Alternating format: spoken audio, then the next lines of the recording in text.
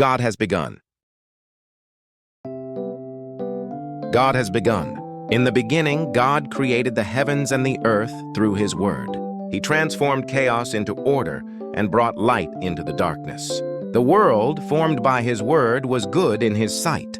The world does not exist by itself. Just as every building has its builder, the one who built all things is God. The Creator, who brought the universe into being, still sustains all things by that same Word. We live, move, and have our being in Him. Hebrews chapter 1, verses 3. The Son is the radiance of God's glory, and the exact representation of His being, sustaining all things by His powerful Word. After He had provided purification for sins, He sat down at the right hand of the Majesty in heaven.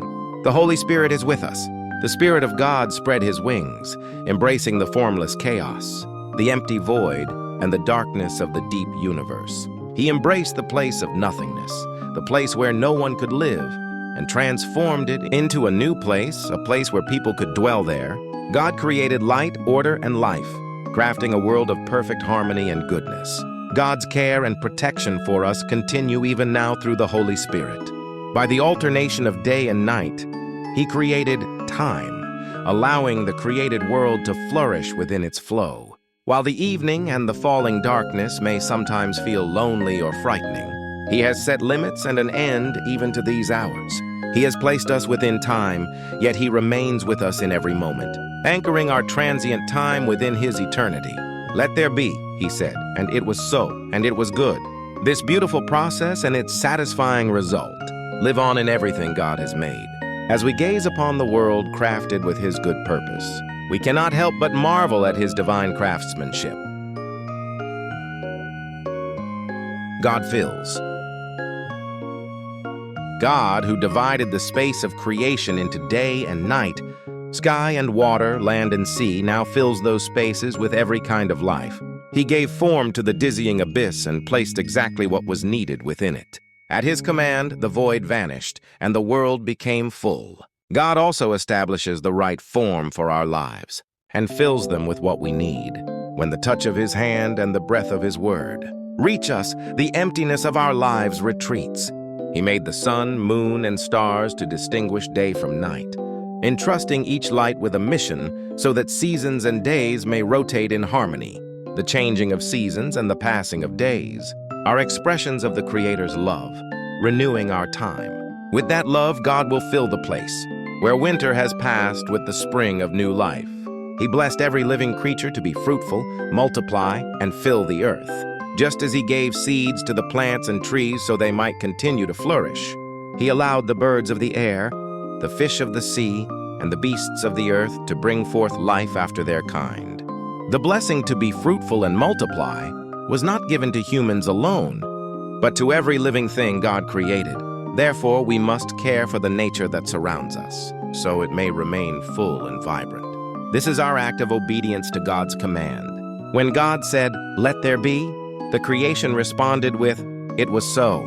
This is the obedience of the created world.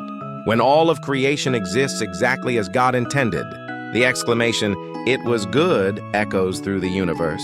To recognize that good image within ourselves, to meditate on His word, and to exist as a good person is to obey the act of God's creation.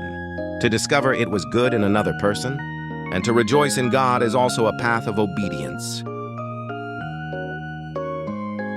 We are the image of God. He created us in His image and according to His likeness, appointing us as His representatives to steward the creation. God did not intend for us to obey like slaves. Instead, He made us in His likeness to reflect His reign. The Hebrew word for rule, rada, does not mean to dominate, but to care for and consider with the heart of a shepherd. It means to help the weak so they may live. Jesus was also given authority over all people, so that He might give them life. As beings made to resemble God, we must consider how to use the authority granted to us, whom we should save and whom we should serve. God created humanity as male and female in His image. This means that both men and women equally inherit the divine image. And at the same time, it reveals that a human being is a relational being meant to live with others. Just as God enjoys perfect fellowship within the Trinity, We are meant to share love and enjoy peace within our relationships. To respect, love, and coexist peacefully is to protect the image of God. By providing every good thing for food, God has ensured that all life depends on His grace. We trust in the God who governs our lives. We give thanks as we meditate on the joy of God, who created us in His likeness and entrusted us with His glorious work. After 6 days of creation, He rested on the seventh, desiring that we who resemble Him would also follow His example of rest. Sabbath is the time to nestle within the Creator and receive the power of new creation. Only when we can truly rest from the work of the earth can we properly breathe the breath of heaven. Genesis chapter 2 focuses on humanity among all creatures, describing our relationships in detail. He gives us breath. Like a potter, He formed us from the dust of the ground and breathed His breath into our nostrils, making us living beings. We are beings who can only truly live when we receive the breath of God. The fact that the human, Adam, was made from the dust of the ground, Adamah, shows that if we lose the breath of God, we are no different from the dust. We hope to live humbly as dust, yet justly and mercifully as those who carry the very breath of God. He gives us a garden. God prepared Eden a fertile garden with trees, good for food and 4 rivers flowing through it, and entrusted it to us to cultivate and keep. Through labor, He allowed us to enjoy His gifts. God entrusts a garden to us even today. Let us reflect on what garden we must tend and protect as God's gardeners today. He gives us limits.